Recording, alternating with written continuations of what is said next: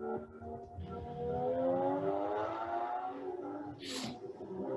on Mallorca, continuing our search for the greatest private road in the world. Oh, that's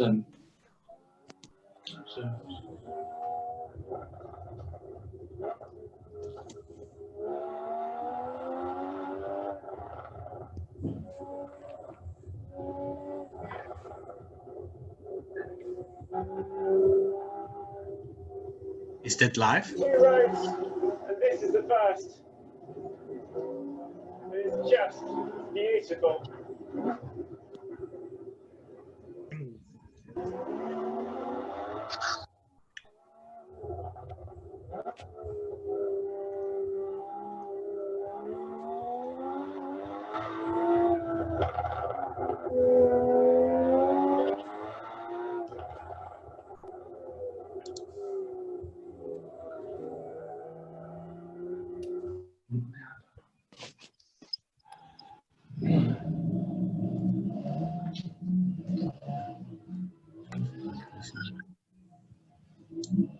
Oh, Torrent de Perez.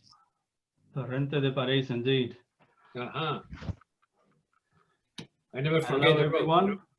Good afternoon. Good afternoon. Good afternoon. good afternoon. Good afternoon, gentlemen. That's jolly good. Wish I could see a bit more of myself, but there we go. That'll do for now. Now we can see your pretty face. Now you can see us, huh? Okay, so what we'll do is we'll wait a little bit to see if a few more people are going to sign up. Are going to come on in. I see Hamish is just coming in, one of our shareholders. Oh, Alvaro, yes, you're looking very, very handsome. Yeah, because I think my hair is longer and longer. Now I'm like a rock star from the 70s, you know? You're very sexy, Alvaro. I don't have the topic. You'll notice I managed to... Yeah, I'm not the only. Yeah, I see. We are actually a few people today who like to have interesting natural backgrounds instead of digital backgrounds. Can you see, Jonathan? Yes, absolutely. That's good. Oh, they're fancy. Always the most original one, Peter. I have to show off my new seats, you know, with a nice broderie on. Very nice.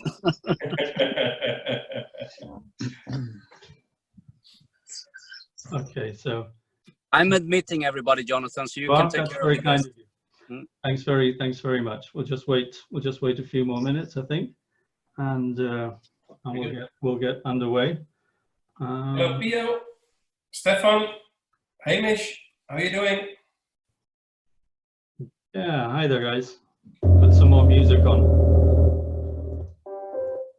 York in terms of the lighthouse Cap Foreman tour is fairly obviously a dead end, and after we'd driven it once, we established that we had the place to ourselves, apart from the odd goat and the odd rock they might have dislodged. Of course, even with an empty road, you still need the right car. The new Porsche Boxster GTS essentially cherry picks the juiciest things from the options list, wraps them up in a lovely Alcantara package, and charges less than if you'd spec them individually on a Boxster S. Amongst other things, you get, as standard, PASM adaptive dampers, 20-inch wheels, a sport dyno pack with dynamic transmission mounts, a sport design steering wheel, a sports exhaust, and sportier seats. Getting back into the driving. You just see the road across these little inlets. And sometimes you think the road must surely be going to turn back on itself.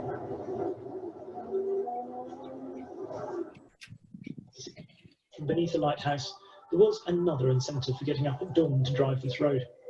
The reason is that after about 9 AM, it goes from being one of the most wonderful driving roads in the world to the worst. It's 6 o'clock, Jonathan. Hire cars, whatever he's doing, they all begin flocking to this rocky Right in Spain, you know? clogging the road in the process. Obviously, they have every right to come and enjoy it too, but it's time for us. Just before we left all the crowds behind completely, there was one place that we needed to go to. Okay, so we're doing reasonably well now. We're up to? I can't see, with 10 participants. Well, that's not so bad. So let's rock on. Hello, and everyone. Welcome to our first Gentleman Driving chat show. My name is Jonathan Syrett, and I will be moderating this online event from Puigpunyent in Mallorca. I'm one of the founding members of Driving Mallorca, a club for enthusiastic and spirited drivers set up in 2014, which evolved into Gentleman Driving and went national and international at the beginning of this year. I will start with a little bit of housekeeping for those who are unfamiliar with Zoom. It is best to keep yourself muted and less talking to avoid disturbing noises in the background. You can control your own microphone and video, but I can also mute you, or Peter can mute you, and turn off your video. You can choose between different views to see the speaker in the large or participants on your screen. By clicking on the chat button, you can send messages or questions on your screens to everyone or individually to each other.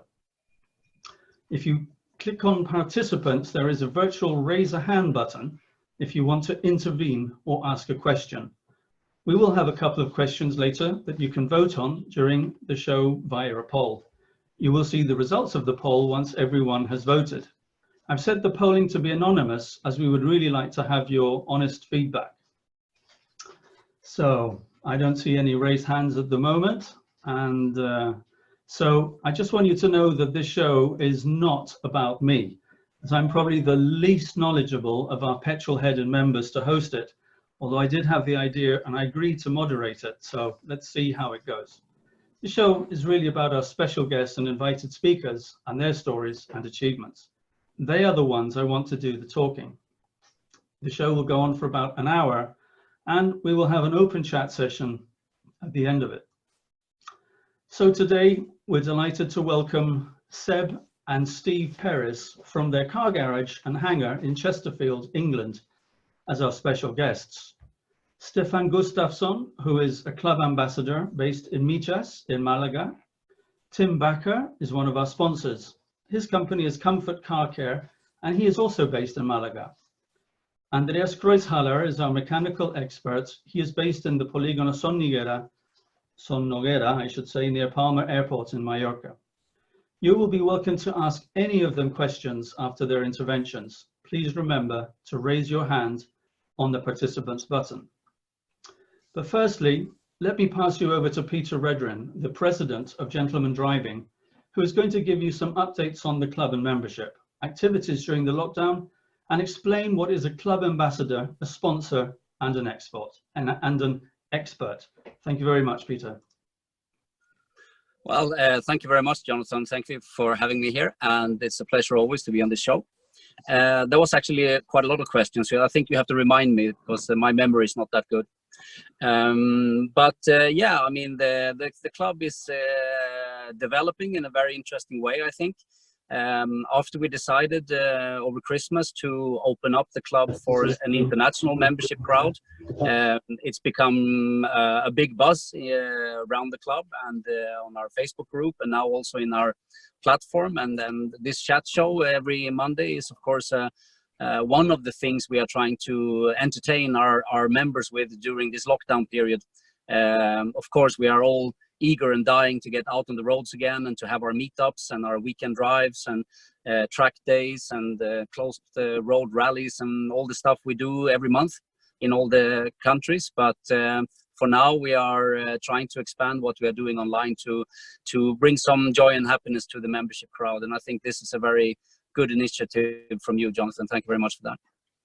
When it comes to the development, we are in the process of signing up as trial members, new ambassadors. There's some what we call normal members signing up now as well, but we're really focusing on finding new club ambassadors. And what is a club ambassador? Yeah, well, club ambassador is a member who decide that they want to help the club a little bit more than just being a participant in our club activities. We have a head office. It's me and our secretary Sonia. We are full-time on this, and then we have the founding member crowd of another 9 people. So we are centrally a lot of people helping out to organize everything around the world, but we need local help. and people with local knowledge and local connections that can help us to organize our events locally. That's what we are looking for. That's what we call a club ambassador. So helping us to decide what meetups to have every month, what weekend drives to do, and also what kind of track days and other sporting events we should engage in. So we try to have a palette of 4, maybe 5 events every month for the members. So there's a lot of things to choose between.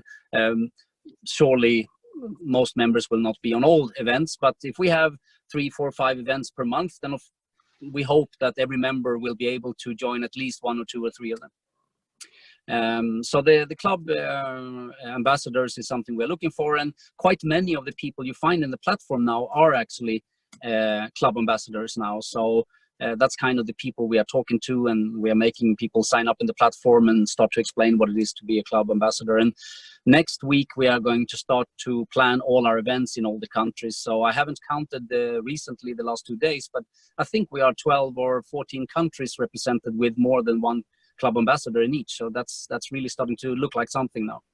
And the plan is that from end of May, June and July, a little bit depending on what country, we will start our activities on a monthly basis again, together with our club ambassadors.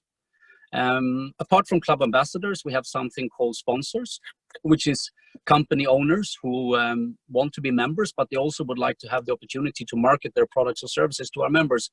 And this is normally chosen companies which has a good product or a good service car related to our members. So you can be a sponsor if you like, if you have such a company.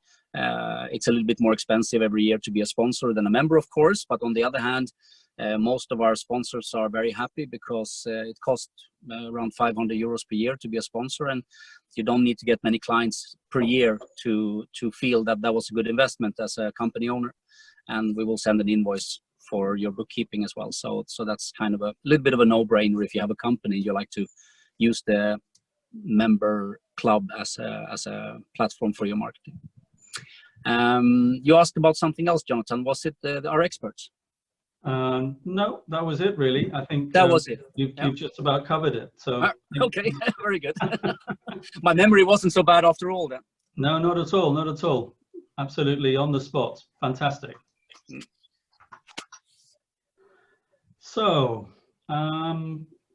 with any luck, you should be able to see a photograph there of young Sebastian Perez. I assume you're Sebastian, Seb. Are you Sebastian or are you Seb? You're probably, sorry, you're muted at the moment, so we'll carry on. We'll just carry on calling you Seb. And you are going to be. Sorry. I think I've missed out a little. I'm glad you can probably hear me now. Yeah. No, sorry, you were muted. So I was trying to say that I was trying to ask if you were Sebastian or Seb. I know you're Seb, but I was wondering whether Sebastian is your full name.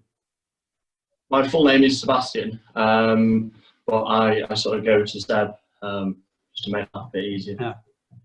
Good Spanish name anyway. I mean, a good Spanish family surname there, and obviously carrying on with the family tradition. Anyway, I'm delighted to welcome Seb and Steve Perez from their car garage and hangar in Chesterfield. I think we might have done that already.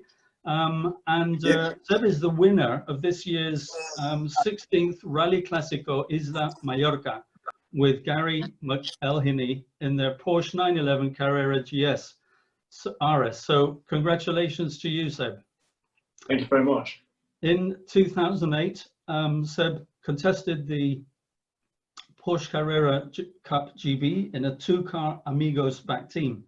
He's also an up-and-coming racing driver, and will be participating in his first season of the GT4 European season with an Aston Martin Vantage GT4 with the R Motorsports team. And I'm just going to put on a little bit of something there.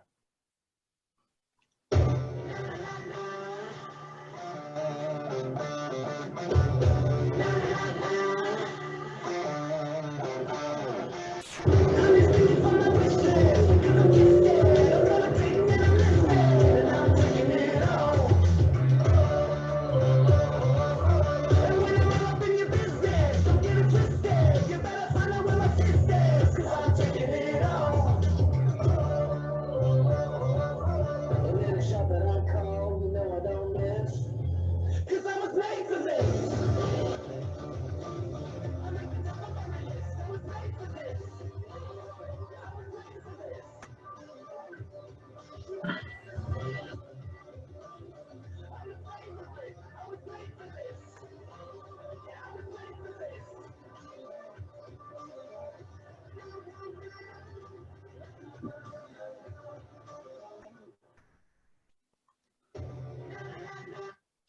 This is really entertaining. I'm having great fun here, but I don't exactly know what I'm doing. So everybody, bear with me. Steve Perez. Steve is the winner of no less than 4 United Kingdom national rally titles. He's a very well-known participant in the Rally Clásico Isla Mallorca and several others locally, like the recently held Rally Sol Ponent with his Kick Energy rally team. Steve is the British Trials and Rally Drivers Association champion from 2014, the British Historic Rally champion in 2002, National Rally Championship 2004, and the BTRDA champion from 2010.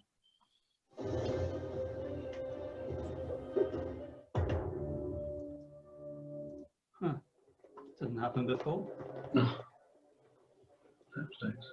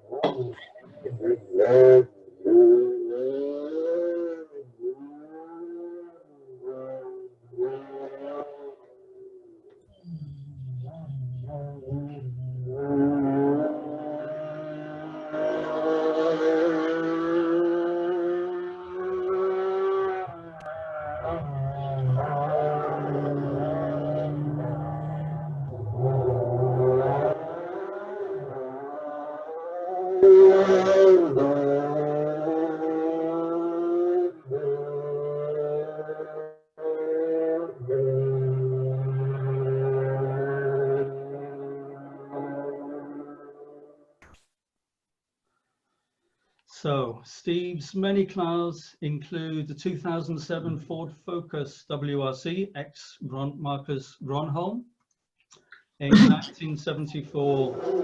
Yeah, there we go again. Whoops, that wasn't me. No. I wasn't meant to be on either. Quite good though. There you go. I'm not sure whether that was you, Steve. I doubt it somehow.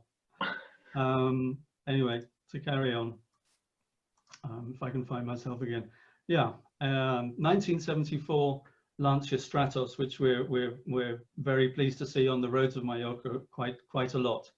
A Porsche 911, a 2003 championship winner, a 1975 Porsche SCRS, a 1975 Datsun 240Z Safari rally car, a 1984 Audi Quattro, a 2005 Ford Focus WRC, ex Marco Martin, and a 2007 Mitsubishi Evo 9 from the Peru Rally. Steve is based in the UK, but has a house and a couple of very nice yachts in Mallorca. So, hola amigos. Thank you very much for joining us on our first show. So a few questions for you both, but I'll start off with Steve. Steve, tell us, how and when did you first become interested in cars? Well, I suppose I've always been interested in cars, like most of us, from a boy. And I remember going out watching, just here in Derbyshire, a rally one night. We have these things called night rallies, kind of, believe it or not, on open roads, and they are kind of legal. And I went out watching rallies with some of my mates when I was about 18 or 19, and I was hooked. Very quickly I started to drive for a few road rallies, but then I crashed my car and I found it rather expensive to get it. I couldn't afford to get it rebuilt, so then I found the next cheapest option was to become a co-driver. So for many years I was a successful co-driver. I co-drived, in fact I'm going to show you some pictures actually, probably not quite as clever as you, but how do I turn this around? I'm here along with some pictures on the wall there as with Alistair Sutherland. He was British champion in 1984 and was hit there in a Chevette and a Skoda 400. And then I went on to rally myself. This is when I was driving. I decided to buy a 1967 Porsche 911, and I expected to be absolutely useless at driving, as I'd been a co-driver for 10 years. And I surprised myself. I actually won the British Historic Championship in 2002. And so these are just pictures on the wall we have here in the hangar. And this lovely 2-litre car. I then went and bought which is Forza, we call it Forza, this SCRS, which we developed and built over the years, and it's had a few accidents, including one by Stig Blomqvist, Bjorn Voldegaard, so rolled the car in Barbados. And then I made the expensive mistake of buying a modern car, which is a Ford Focus WRC, and I had several of those over the years. In fact, a little bit later on, I'll show you around my garage and show you some of the cars there. I'll go back to me now. So anyway, yeah, so that was excellent. So Seb, I have a little question for you. Of course. Which was your first car? My first road car was an Evoque. We live in essentially a field up there, so it's fairly cold and wet in the winters. So, and then my first ever rally car was a Nissan Micra, all of about 50 horsepower, 1 litre. So sort of very much the basics of driving, and then went from that into moved over into racing when I was 14. Jolly good. And which would you say has been your favourite driving experience to date? There's a few. Obviously, I'm sort of lucky with the cars my dad owns. That sometimes I get allowed out in them. Sometimes in those. And I think probably the Audi Quattro. I drove it at Stoneleigh Park on a demonstration for Race Retro, and it's one of those. It's so hard to drive. When you drive it right, it's incredibly rewarding. And obviously it's such an iconic car, sort of that typical 5-cylinder and sort of that Group B era that was so special to the sport. I think it sort of shows a lot of where it's come from, and it's a difficult car to drive. Jolly good. Steve, which has been your favourite car ever? Well, favourite car, my favourite car is the Lancia Stratos, but it's just such a difficult car. It's like this untamed woman. Yeah, this, and that's no offence to any ladies listening, but she's beautiful. She's very expensive, but she's totally unpredictable. You know, everything with that car, it can run perfectly well for a year or so, and we fixed something 10 years ago, and then the same problem, for example, like the gearbox, we have a gearbox problem which every now and then just sort of, for whatever reason, she ends up sending a curve bore in. She's but the amazing thing is though, when you take that car out, everybody loves to see the car. It's interesting when we take the Focus WRC out, you said that in the UK people see them all the time, and it's like, oh, it's just another Focus. But when we take the Stratos out, we are absolutely mobbed with photographers and people just wanted to see and hear the car. Yeah, we have actually a Lancia Stratos on the island. One of our hopefully future members is Konstantin, and he's got a very nice red one, and he's been out with us for quite a few times, but not in racing livery.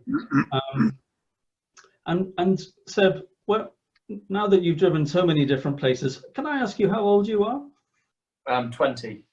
You're 20, yeah. Because I mean, I did look on your Facebook page or something like that, and you were actually racing before you had a driving license, weren't you?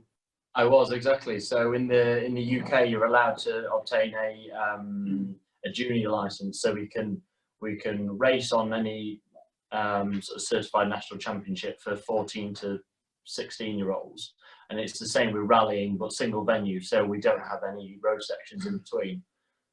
So I was sort of able to drive at 14 in anger, and then from a kid always driven round home and stuff. Well, sort of as long as I can remember, really. Yeah.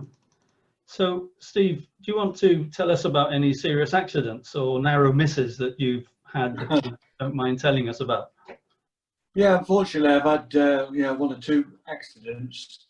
The first major accident was in Kenya, that would have been 2008, when I was in a Datsun 240Z, which I can show you part of later, and I was just going along the straight, and the car basically hit a hole. The car almost flipped, and I had a lot of pain in my neck and shoulder, and I had to drive about 100k to get out the stage. When I got out the stage, I collapsed, and it was later discovered I'd broken my neck. And then 2018, I was in my beloved Lancia Stratos on the Ypres rally, and during it wasn't even an accident. It wasn't an accident, but it was my fault anyway. I was sat while we were refueling. Basically, during the process, something went wrong, which we're still trying to discover what the issue was. But the car basically exploded. While I was in the car, I was on fire.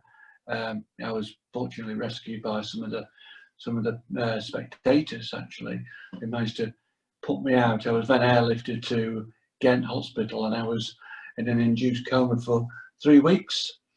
We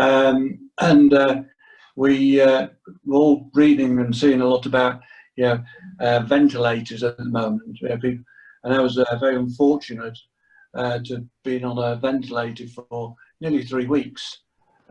Hence, you might notice my voice is still somewhat husky, and that's through the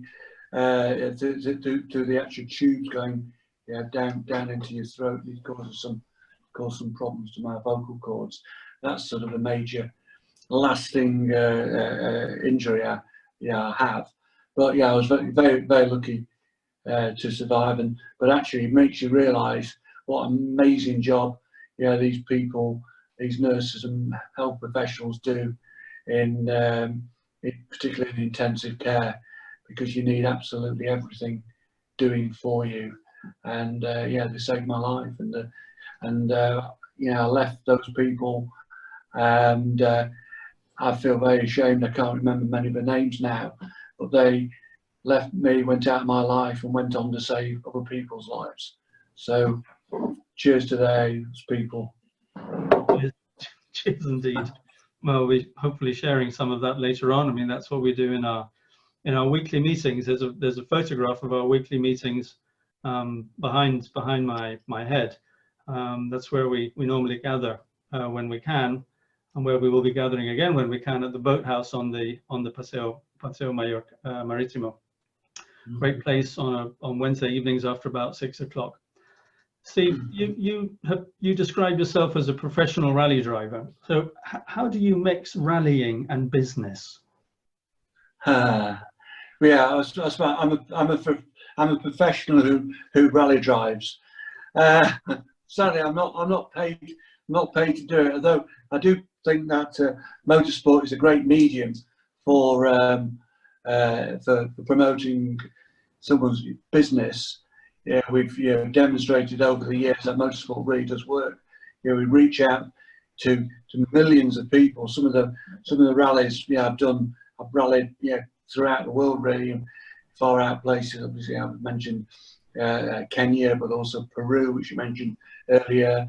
I've rallied throughout Europe, and I think rallying, particularly these days, as we consider, people can watch rallying throughout, all around the world, and when you start looking at the viewing figures, it's amazing how many people watch rallying, particularly if you're in an unusual car like Lancia Stratos.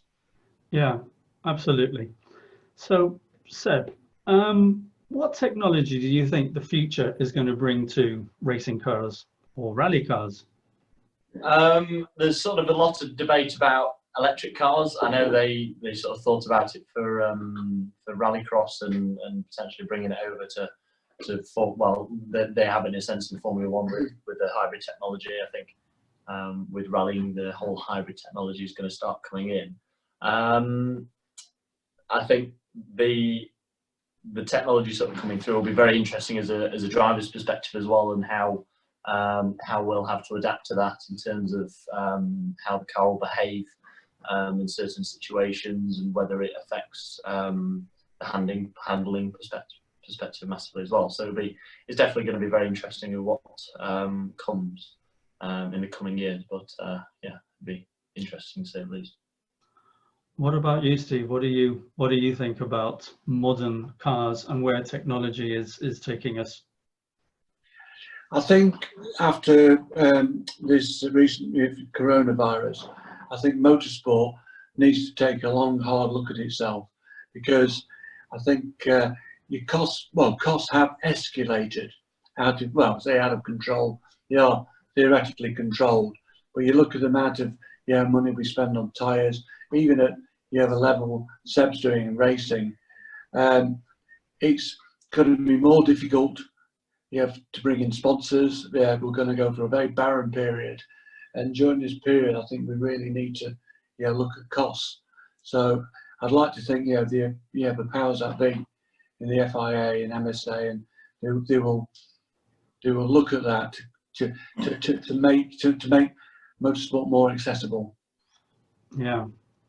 Seb, I understand you spend quite a lot of time on driving simulators. Tell us how that is helping you during these challenging times. Yeah, I'd imagine you can probably see one behind me. Sorry, I'll let my cameraman pan round.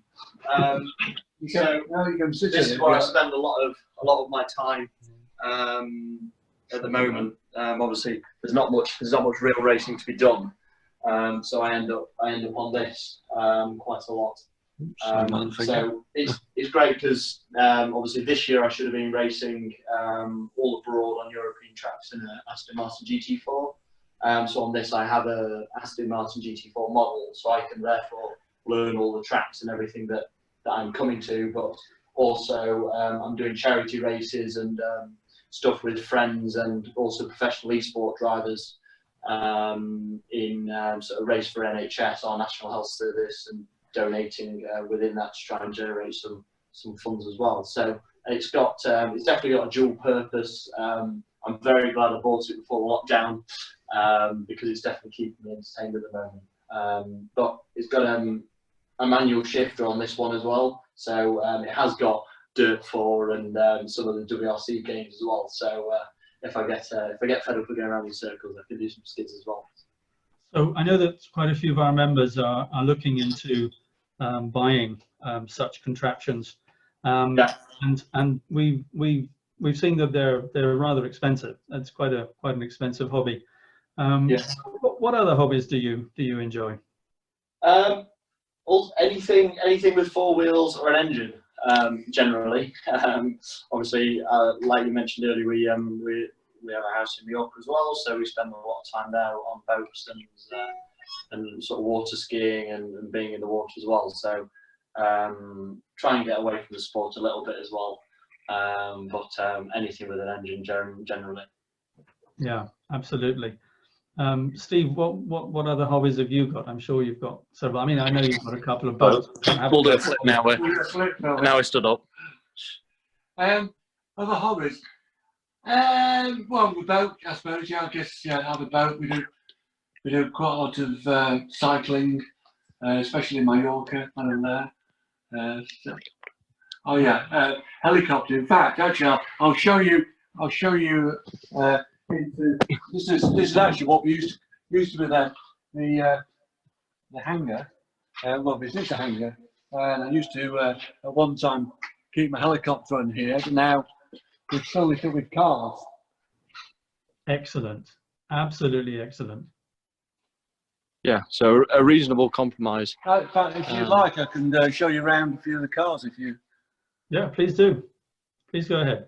Okay, yeah, so we'll start with, of course, most importantly, this is the car Seb won the Mallorca Rally with. Yeah, we call it 4-7. Yeah, so this is the car that my dad, it was the second car he bought after the infamous 2-litre car that he had, and upgraded himself to a 3-litre. So this is a 3-litre SCRS, 1974, obviously still in its Mallorca Rally Classico livery as well. So it's sat here, unfortunately not being used, but it's yeah, nice car.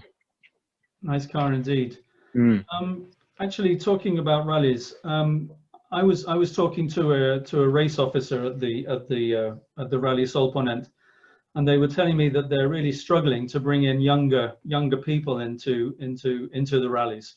What advice would you give anybody who is younger and thinking about getting involved in rallying? I think actually you've got to. Sorry, we'll do another swap. I think, to be fair, I think you've got to get involved early.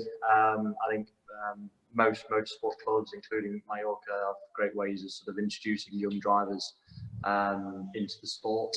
Obviously, like my dad said earlier as well, it's getting very expensive, so it makes it difficult for people to get involved.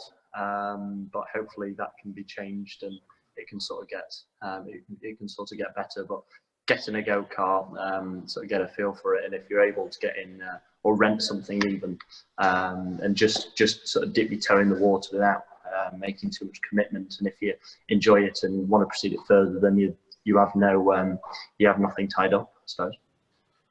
Great, that's excellent. Coming to the end of questions now, and then we're going to open up the mics for people to ask you things from the audience.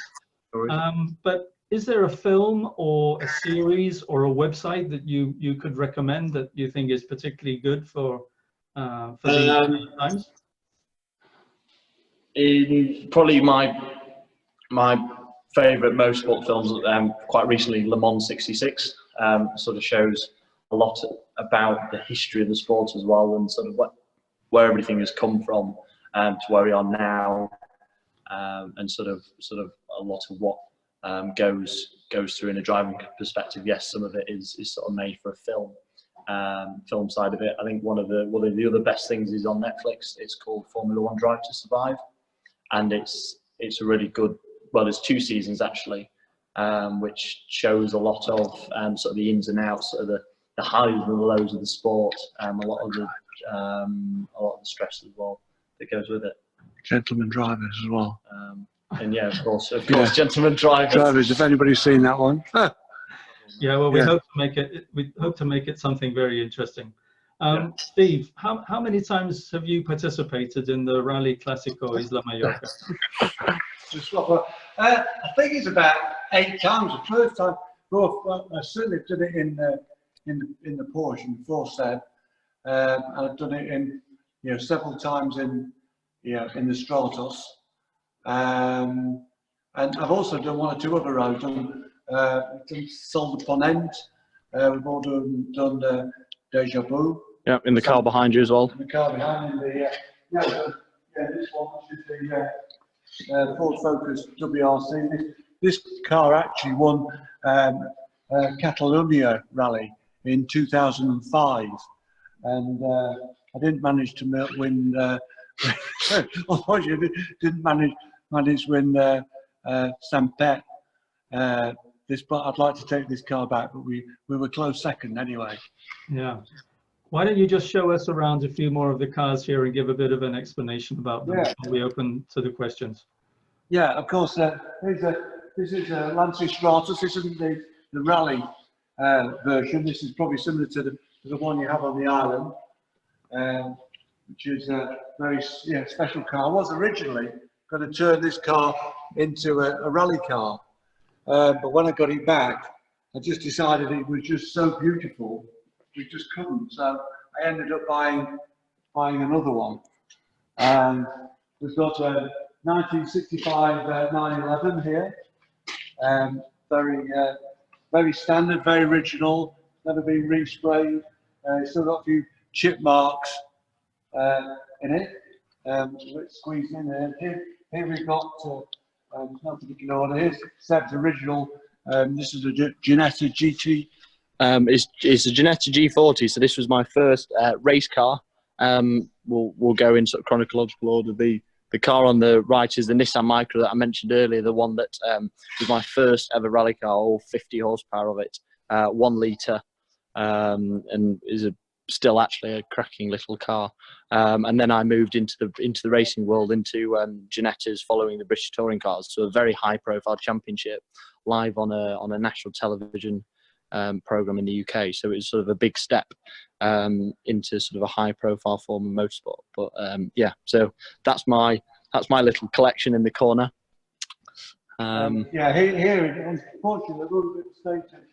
It's actually being worked on at the moment, but this is my 2010 winning. Well, I won BTRDA in this car. Well, this car in 2007 won the New Zealand rally. It was won by Marcus Gronholm, and we're actually just taking it back and putting it back into original colours. And this is certainly one of the cars I'd like to take back over to Mallorca, because I'm sure it will be absolutely amazing, you know, on the tarmac roads. Or maybe we could bring both of them. We're going to have a race. This is certainly the most valuable car in my collection. This is ex Hanno Mikkola Audi Quattro short wheelbase, which won the Welsh Rally in 1984. You see, you could feel these doors are all carbon, as is all Kevlar, as is a roof. But it's very special, very special car. In fact, his signed the car, you can see, signed by the maestro himself. This car was done at Goodwood Festival Speed lots of times in it, lots and lots of times. But it's a very special, very, let's say, yeah, valuable car.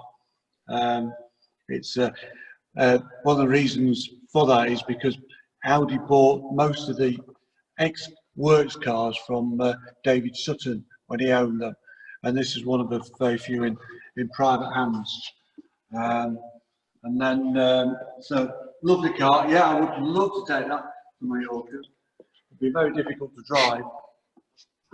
It's the most difficult car to drive as well. Wow. Well, I'm sure you'll find some volunteers if you can't find enough family members to help you out with that. Anyway, last question to both of you. I mean, we're completely locked in Mallorca. We can't go out and do anything at all, but and I don't think you can do very much either. So what is it you're most looking forward to doing once you can jump back in your cars?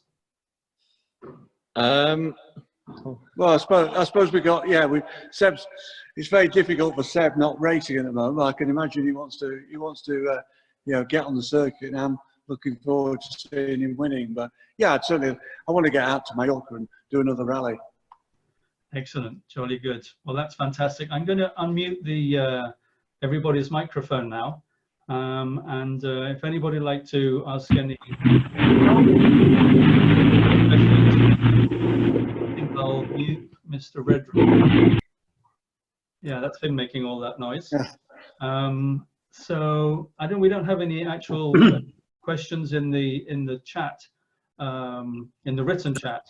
So if anybody would like to ask anything, now is your opportunity. And I know that I guess as a friend of yours, Nick Whale is out there.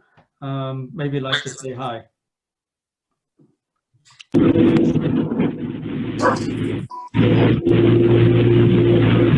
Let me try and identify who that person is.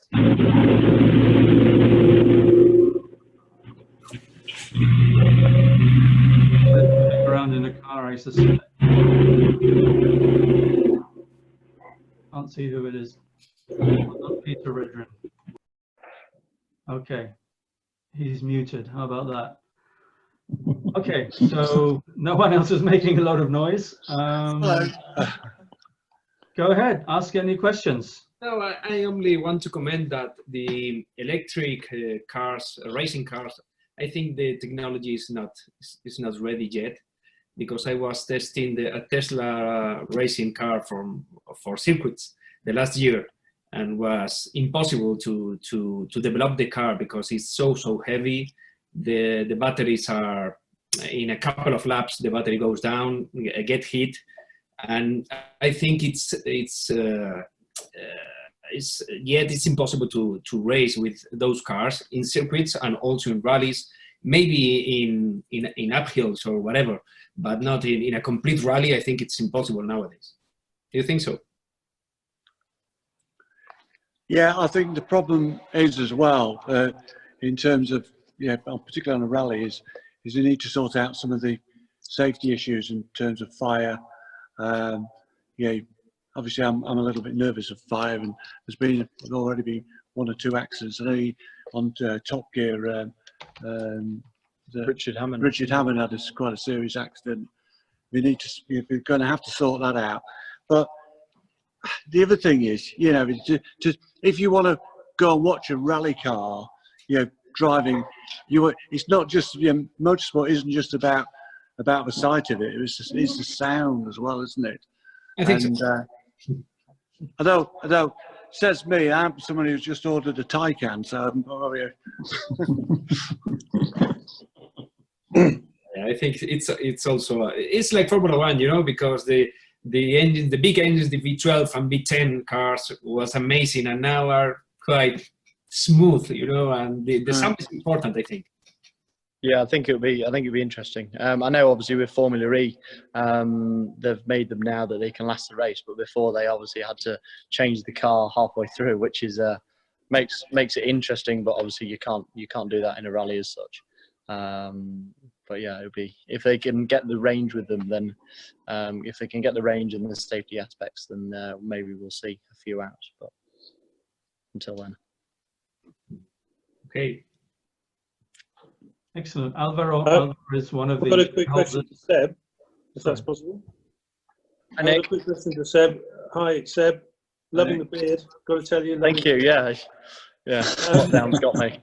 It might blow off. As you know, Seb, I rate your abilities very highly indeed. And it's great to see you, be competitive both in racing and rallying. With the rallying, at the moment, you're competing in a historic car predominantly. Do you see a future in a modern car for yourself? I did Greystoke Forest Stages. When was that? That would have been December last year. In an R5 provided by M Sport, which was fantastic. I'd love to do some more, especially on tarmac, because obviously following over from my racing, it makes it a lot easier for me to sort of transition easily onto tarmac.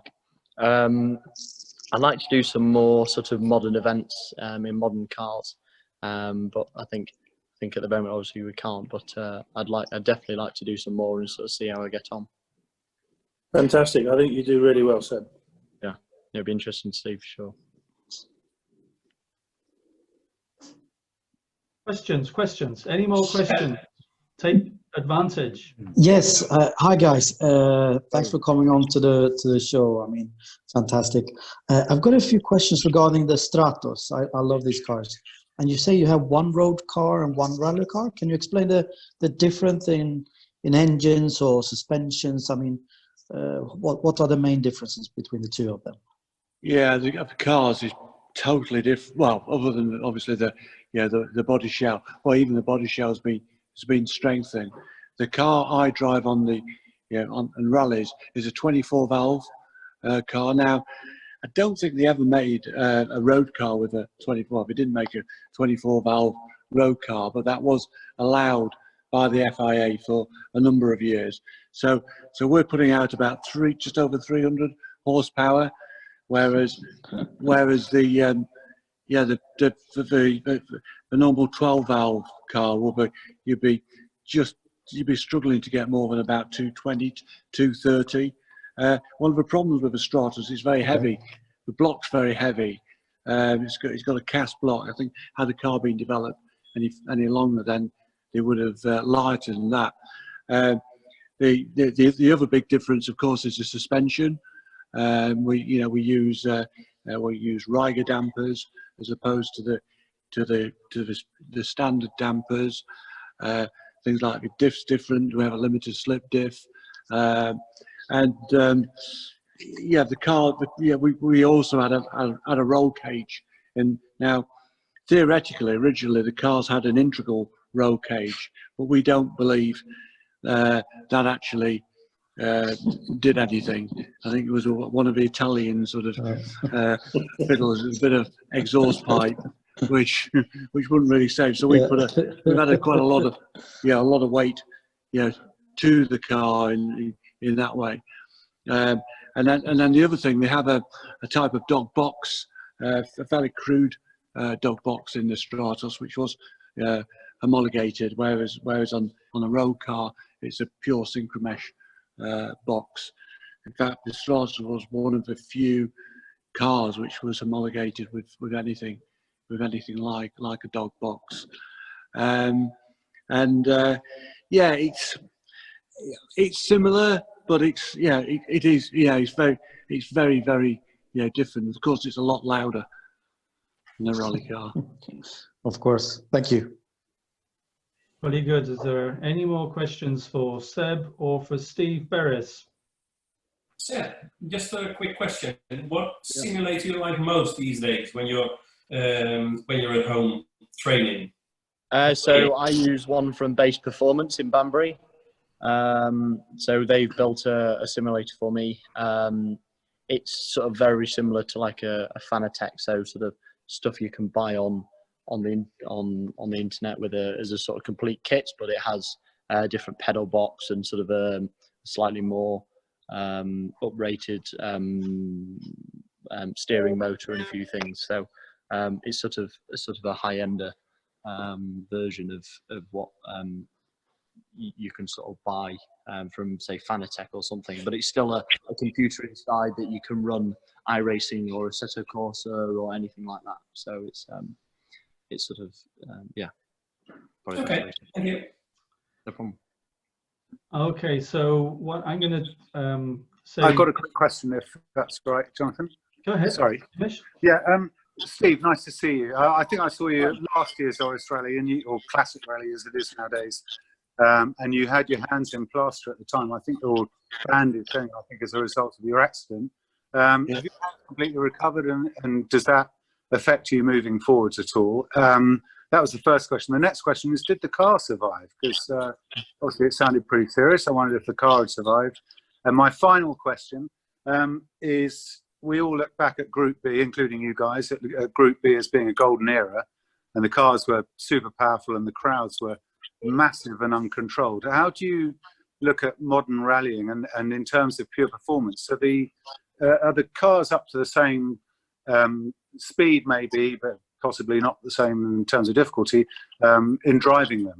Are modern rally cars as quick as the Group B cars of the mid-80s?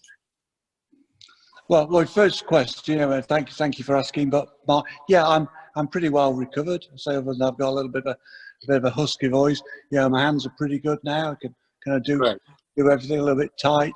Yeah, it was quite serious at the time. I can even play guitar badly now, as badly as I ever did. Right, progress. As far as the car's actually undercover over there. It is still in a sort of semi-barbecued state because there is an insurance claim ongoing, as these things take forever. So it's sat in its original state. Yeah, we are at some stage going to have to get round to rebuilding it, whatever. Put pressure on them.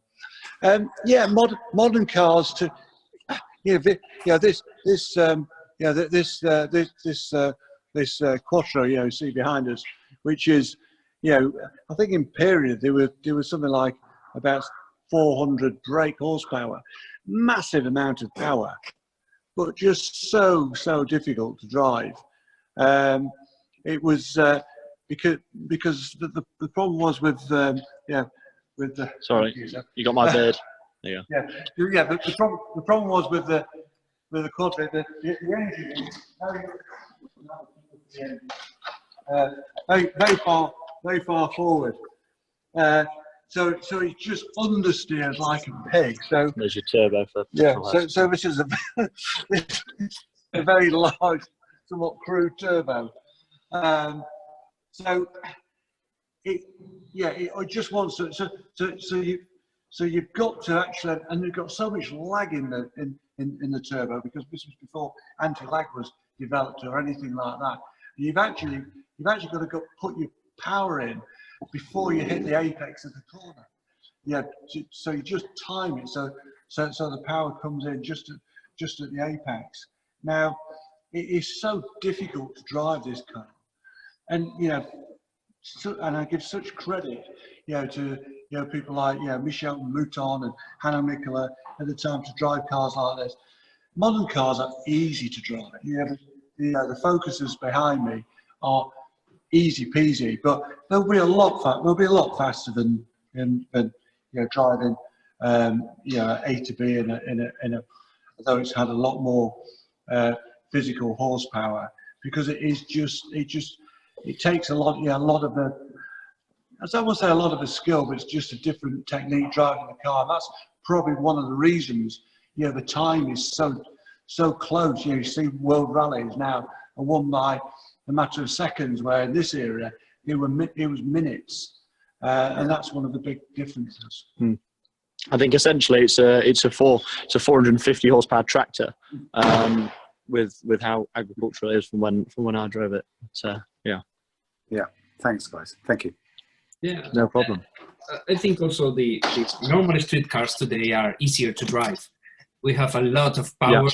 The electronics control everything, and I think cars are faster today, but the experience to driving it are not the same like ancient cars, And this is a shame, because we are losing that kind of experience to control the car, to use your hands and your foot.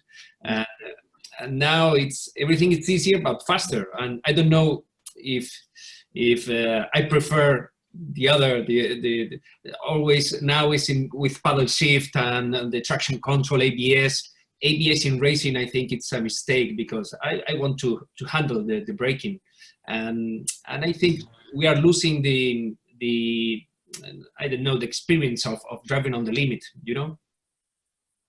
Yeah, true. Yeah, but on the other hand, if you driving a WRC car, I haven't driven a modern racing car, just driving and imagining how fast you can take a series of corners, and you just think it, and it does just what you want it to do, and and you just can't believe what the car's doing sometimes. It is just absolutely incredible. So that's the other side of it. Yeah. Great. Well, I think we can come back to you with any other questions later on, but I'd just like to say that you can get hold of Steve and Seb. They're on Facebook. I'd like to say I could find them on the website, but actually when I tried, it crashed. So I'm not sure if your website is working or not.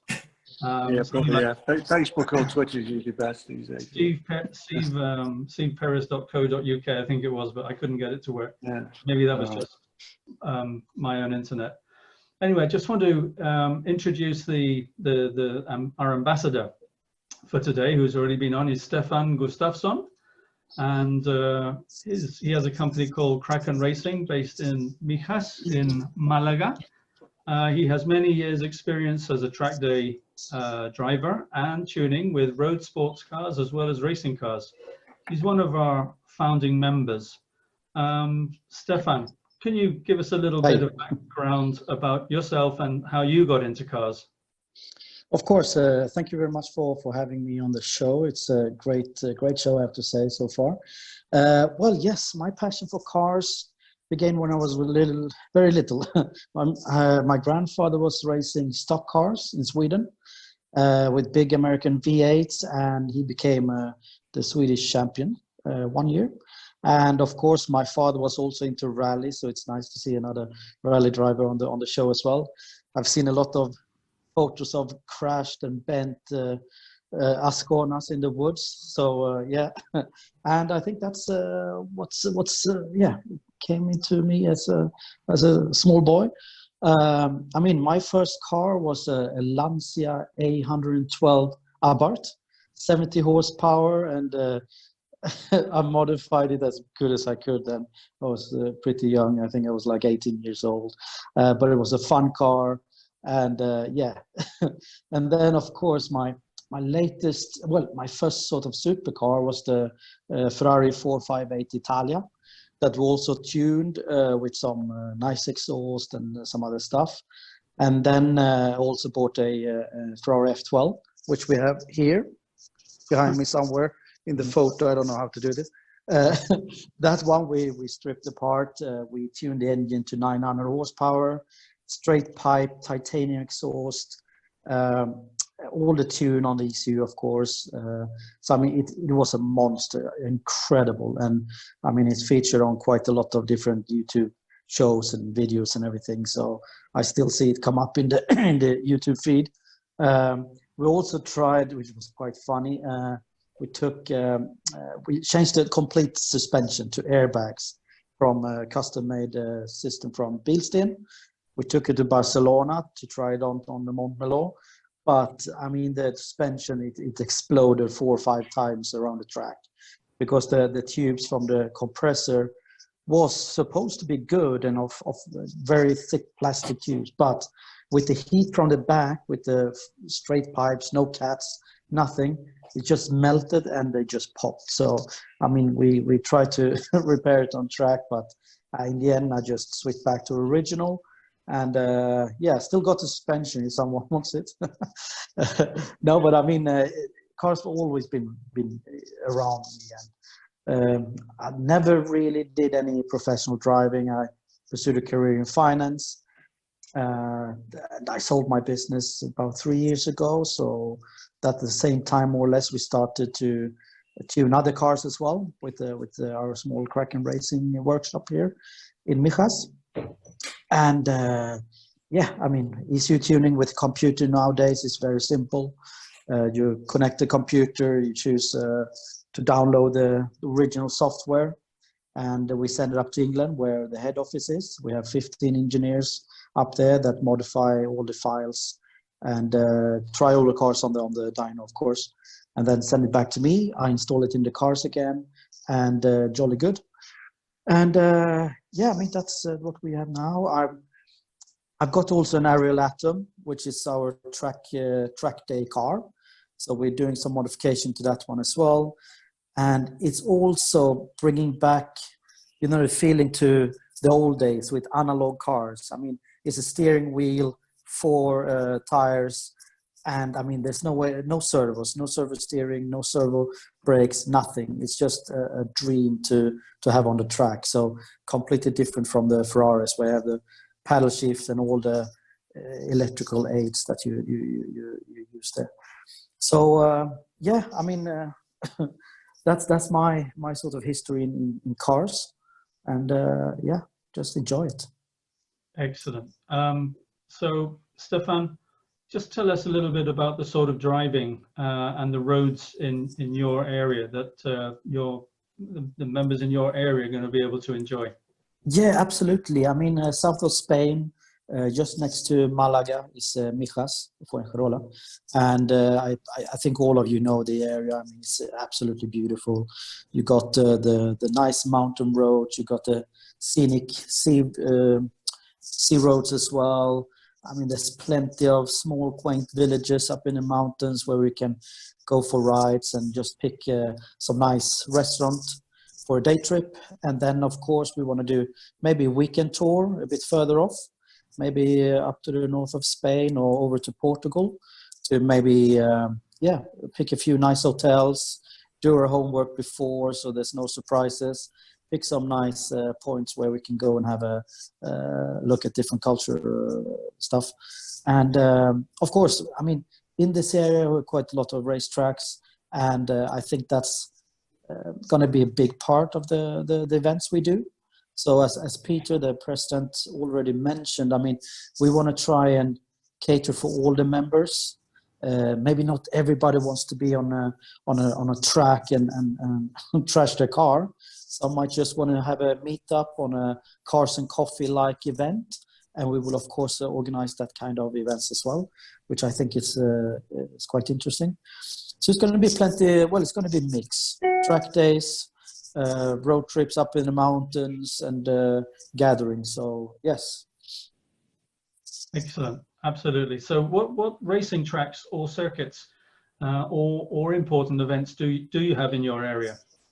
Yes, I mean, we have on the east coast of Malaga, on the east side, we have Almeria, which is also called Andalusia. It's quite a nice track. It's, they can run 3 different layouts. So it could be between 2 and 5 kilometers in length. So that's quite an interesting. But you can drive also the complete track. It's 9 kilometers. 9 kilometers. It's 7 kilometers, 7.5 kilometers if you use all the track, because if you combine it, yeah, exactly. Yeah, yes. Yeah. There was the first circuit was especially for bikes, Tabernas circuit, and then they built another one and they can use together. Yeah. I mean, we're lucky to have a few down here actually. So apart from that, we have also the Mike G in Guadix, also a very nice one, and I think it's been renovated and polished up quite nicely. And I heard that there's a lot of manufacturers, they're testing their sort of new cars there. Also some Formula 1 testing, I believe, as well, or some Formula racing. And of course we have our old, our favorite Ascari, and Alvaro, your ambassador for them as well. So, I mean, you know a lot about that track, but I mean, it's just amazing. I mean, the whole experience up there, it's just incredible. It's a VIP resort, clubhouse with a pool, chill out areas. And of course, the track itself is very technical, got some really interesting parts of the track. And I mean, I think it's got inspiration from a lot of different tracks around the world when the Dutch guy decided to build his own racetrack. And he took the good bits from different tracks. So, I mean, that's very nice. And then, of course, we have Perez in Sevilla, outside of Sevilla. It's where they do the MotoGP race, of course, and also they used to do the Formula 1 testing there as well. I think, did they move the Formula 1 testing to Barcelona? I think they did, yeah, which was a bit sad. So, but no, so we have a lot of nice things here, and also in Campillos, not far from Malaga, we have the go-kart circuit, which is something that we planned before we had this lockdown. Because I think a lot of members they might be a bit scared to take their own car on the track. So I mean, it's incredible fun to take a go-kart and just give it 100%, and it's a safe racing as well. So it's something we definitely is going to look into. Also a very nice newly renovated track, and very quick go-karts. I mean, there's 2-stroke and 4-stroke, and some of them are extremely quick. So that's going to be a lot of fun to do. Also, Monte Blanco in Seville. We have Monte Blanco, yes. Is that near Huelva, right? Yeah. And also Portimao is not so far, because we are no, exactly 300 kilometers from Malaga.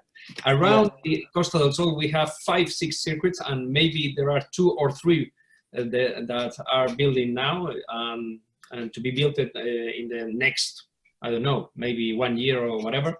One in Portugal and one in Seville. And I think Costa del Sol is like the golf courses, it's like, we call Costa del Golf. And yes. I think for the racing tracks would be the same, because we have the most important thing is the weather. When the other tracks in Europe are closed because of the snow or absolutely, weather, we are open and we can extract a lot of fun here, and I think we have this on our site. Well, that's excellent. Just finally, have you got a plan for something you're working on at the moment, Stefan, for the members you'd like to mention? Yes, of course. I mean, we're waiting news about when we exactly can leave our house to take our cars for a run. We do have our gentleman driving event in Ascari, 20th of May, and that will be our main event, I would say, that we're pegging up to. So that's it's going to be very interesting. Of course, we're going to try and get a go-kart session in between there. And also, I think as soon as we can leave the house, we're going to have a few meetups. Just bring the local members around. Either they come to our workshop in Las Lagunas, or we can go to Tim in Malaga. He's got a big garage with some really cool cars there. And we can meet up somewhere just to get to know each other, because now we're talking through the platform, email, WhatsApp, and things like that. But it's always, I mean, it's good to see the cars in person, just shake hands. No, maybe not shake hands, but say hello at least, and talk about the cars. And then, I mean, this club is about the members, and we will listen to everybody, the feedback. What do you want to do?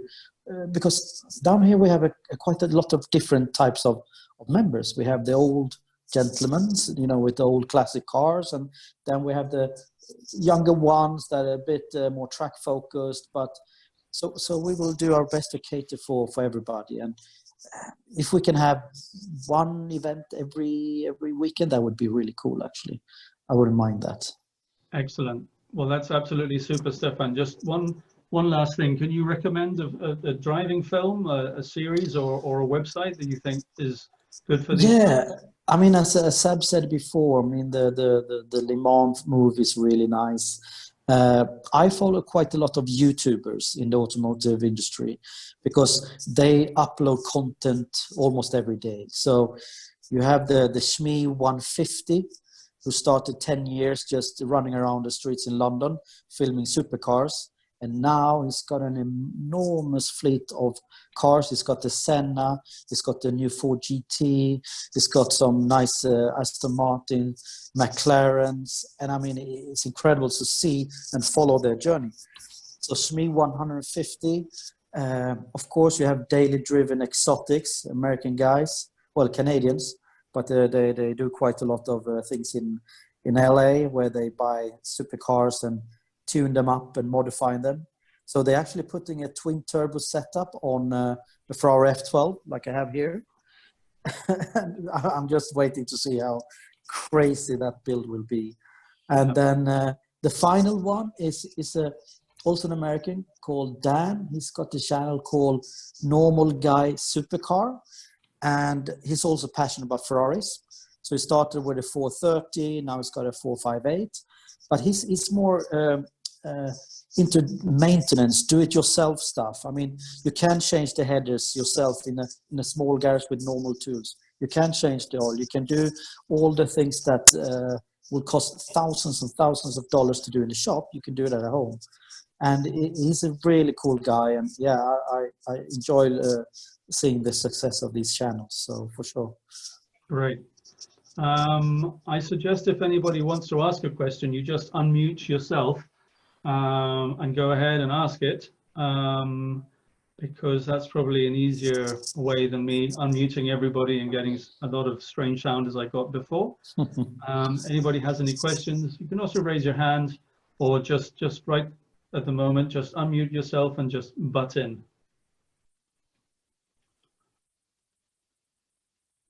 Okay then, so Stefan's website, if anybody's interested, is Kraken Racing with a K, krakenracing.eu. And Stefan will be back in a future show as an ambassador, as a sponsor, telling us all about his company and what they do. Thank you very much. Thank you. Thanks very much. And finally, we have some questions for Tim Bakker. Tim is a sponsor of Gentleman Driving. His company is Comfort Car Care in Malaga, and he's going to tell us all about it. Tim, are you there? Hello, guys. Thanks for having me on the show. Well, as you said, my name is Tim Bakker. I've been living on the south coast of Spain for about 16 years now. One of my companies is called Comfort Car Care.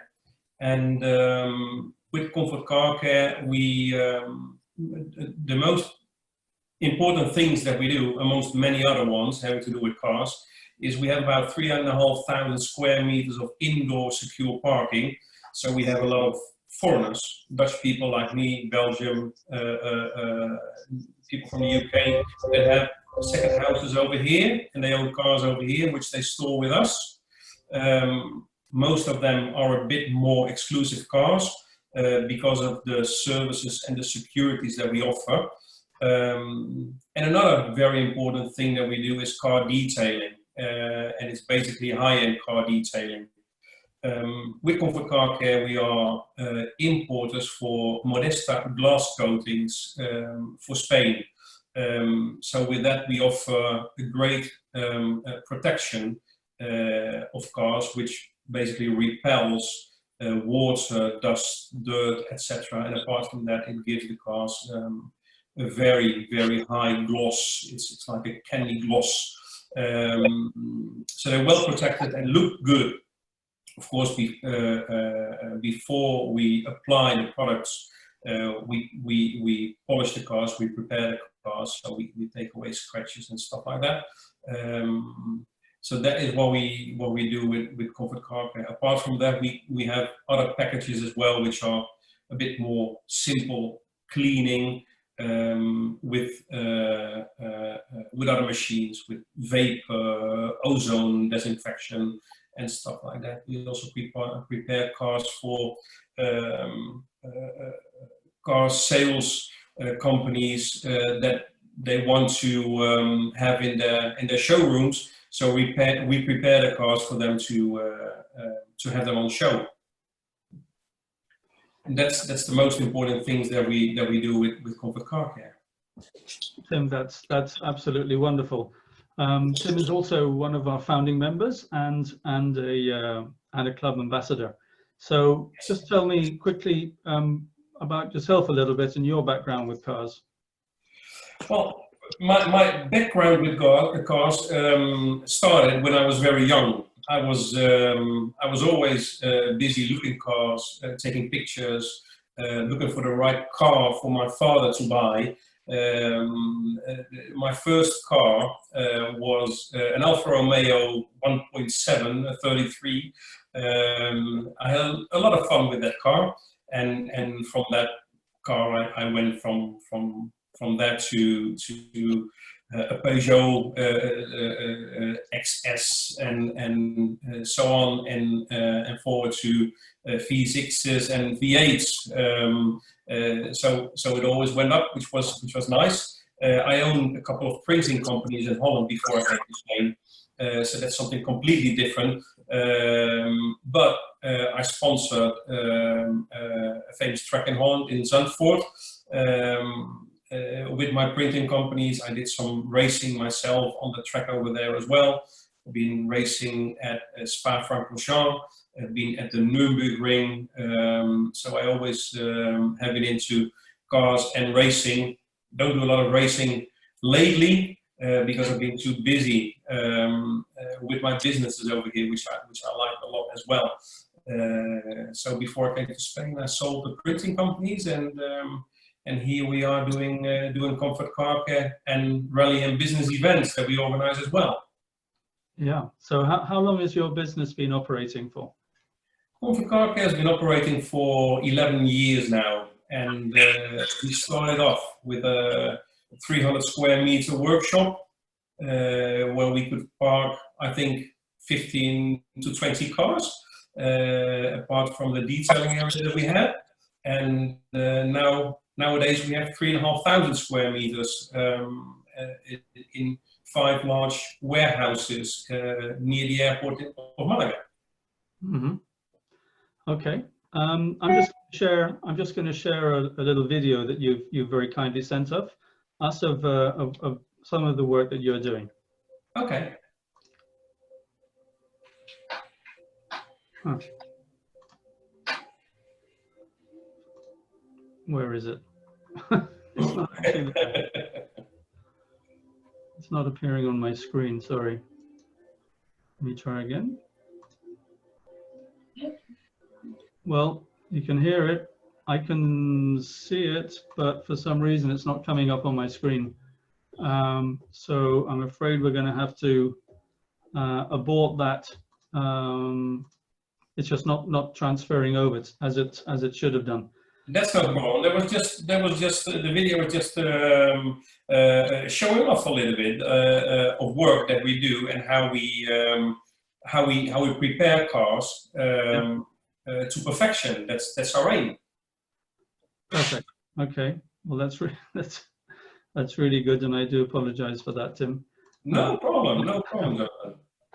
Anyway, so just tell us about any special clients or projects that you or your business has been involved in.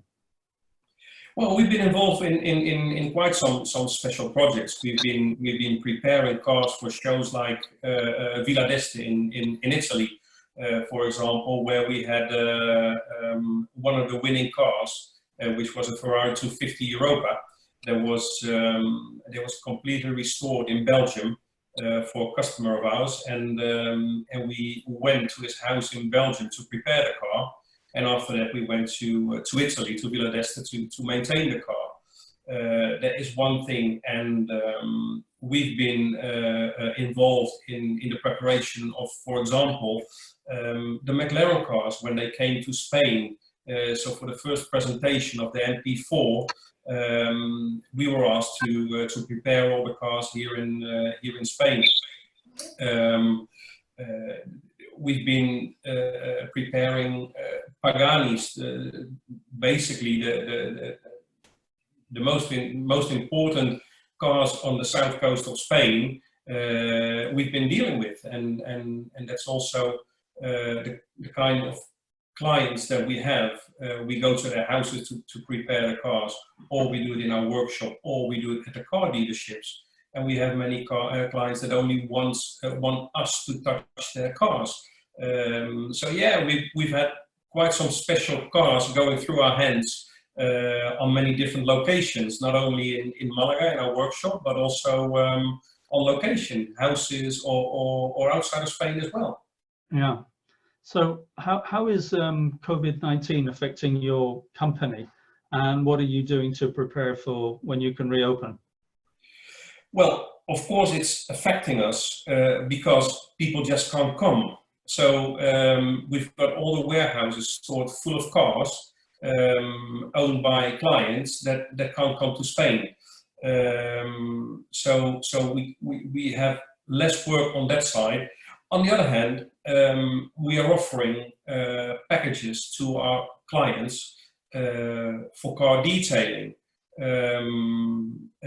Even with discounts at this moment, because of course there's less work and there's more cars around, so it's better for me to have my staff working on the cars that we have in our warehouses parked. So that's one thing we do, and something else that we do, which can be mentioned as well, I think, is we help the local authorities. We've been disinfecting police cars, taxis, and things like that to help them out. We do that for free at the moment, just to help them, and for our normal customers, and also for the clients that can start moving again hopefully from next Monday on. We have packages for disinfection of cars. We do that with ozone on one side and vapor on the other side, because ozone is a blue gas which is supposed to kill bacteria and viruses, which is absolutely true. But it hasn't been proved up to today that it also kills the coronavirus, which it should be, because the way this virus is built up is exactly the same as other viruses. So it should kill it. But apart from the ozone treatments, we do vapor, which is a deep cleaning, high temperature process. And as you probably know, a virus doesn't like moist and it doesn't like heat. So by ozone and vapor that goes through all the systems, the air conditioning and ventilation systems of the cars. And apart from that, of course, we use products to clean windows, steering wheels, plastics, leathers, etc. We disinfect cars, so that's what we are offering for not only the public of our parking, but also people from the outside. So so that's what we hope to be busy with the next months, because the tourists will not come that much this summer. Yeah, I expect you're going to be very busy with all of that. That sounds like you're really well prepared to be active. Let's hope it turns into business as well. I hope so too, and I think it will be like that, because actually probably tomorrow or the day after, Canal Sur, the local television station, wants to come and take some videos with us. Excellent. So just finally, Tim, what special offers do you have for members of Gentlemen Driving? For the members of Gentlemen Drivers, we have a discount on our parking, on the yearly contracts, for example, and also on the treatments. We give between 10 and 15% of discount to all the Gentlemen Drivers members. Well, that is really good to know. That's excellent, and people can get in touch with you at your website, which is comfortcarcare.com /ES comfortcarcare altogether.com /ES. And are there any questions for Tim? Yes, hello, hi, it's Stefan again. Hi, Tim.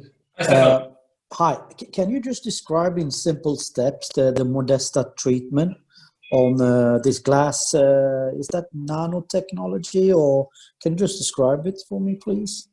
Yes, detailing a car, very, very simply explained, is several steps. First, it's a good wash. Then it's a decontamination, where we take resins and tar and all rests of the car. After that, we polish a car in 1 or 2 or 3 steps, or sometimes even like paint correction, so it's heavily polished. And after that, we have a primer, and then we apply the coating, the Modesta coating, and that is, yes, it is a nanotechnology.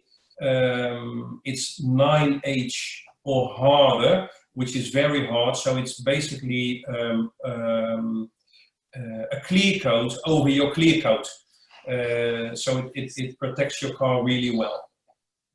Okay. Can that be applied to interior as well, like leather or rims? Yes, we have products for every surface of a car. So we have products for paintwork, we have products for windows, we have products for plastics, we have products for leather. So if you clean your leather well, if we clean the leather well of a car, normally you can apply a cream that makes it soft and keeps it soft. With Modesta, we go one step further, which protects it from abrasive. So also if fluids fall on your leather, you can just take a microfiber and take the fluid off, and that's it. And it gives a lot less scratches if you step into a car, for example, with jeans or things like that. So there's a protection for every single part of your car. Good, thank you. Jolly good. Any other questions? And if we don't, I'm going to try putting up a poll here, which I've not actually done live before. So if you can see the questions coming up on your screen and you're still awake, please have a little vote.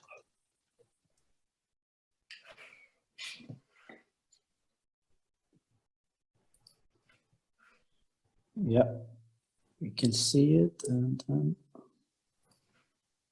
pretty awful. Okay, good. Just kidding. Done, Jonathan. Well done. Yes. Okay. Are you getting three questions there, or or just? No, just one, I think. I had 3, answer them all, and send it. Okay, I don't know quite how to do this, but there are 3 questions there. It says You have to scroll or something? Or? Perhaps, yes, perhaps. It says attendees are now viewing questions. So I don't know if they come up one at a time, or you can only see what I can see on my screen. If that is the case, then... Can you pull them up again? Because I can't see anything now, and I only answered one question, and then it disappeared. Right. Okay, let me try, see if I can do this again. Can you see the questions? Nope. No? Not me. Okay. Well, I had them in the beginning, and I answered them all. Yeah, seven out of 9 people have actually answered. So, you know, that is actually, I would consider that to be relatively successful. I will now end the polling and share results. Can you see the results? Yes, I can. Okay, good. So it's yeah, whatever the results are. Good. Yeah, 4, 5, yes, excellent. So I will stop doing that now and move on just a little bit to say that we're going to try and do this on a weekly basis. We were supposed to having an expert coming in, but his wife has become ill. I hope she's okay. That was Andreas Kreuzhaler from Cartech here in Mallorca in the Polígono Son Noguera. If you have any suggestions for any of us, or you'd like to become an ambassador or a sponsor or one of our experts, please get in touch with Peter Redren through the website or myself. Now that you've gone onto the site, you can have access to everybody's telephone and email that is actually registered in the site. I'm just going to say a very special thanks to Seb and Steve Perez for coming along as our special guests on this very first show, to our club ambassador Stefan Gustafsson from Malaga, to Tim Bakker, our sponsor from Bakker, and we hope to be back at the same time next Monday, 1800 locally and 1700 in the UK. And now I'm just going to release I'm going to unmute you all, and if you'd just like to have a little informal chat, then that's absolutely fine. And if you decide to leave, just do so whenever you feel like. And finally, I would say cheers and drive carefully. Thank you, Jonathan. Thank you, everybody. Thank you very much. Thank you. Thank you very much for having us. Oh, look at that, a beer, fantastic. Drink before or after driving, yes. Yeah, just after. No good. Okay, cheers everybody. So thank you. Bye-bye. Yes. Thank you, everybody. Steve and Seb, thank you very much for being with us. Yes. You're welcome. We enjoyed it. Yeah. Good. We'll have to see you back, and I will follow you on the racing. Please do. Yeah. Look forward to it. Maybe see you in Spain or Mallorca sometime. I will be going to Mallorca probably somewhere this year if I can, because we have to organize some events on Mallorca as well. So when I'm there, you never know, through the Gentleman Driver website, we can catch up and even meet. Fantastic. Perfect. Good. Ciao, everybody. Ciao. Okay, guys. Well, I'm off and going to prepare something for the wife. Yeah. Have a good evening, everybody. Okay. Thank you. Thank you very much. What's a pleasure. Okay, Yes. bye-bye. It's our Easter. Evening. Bye-bye.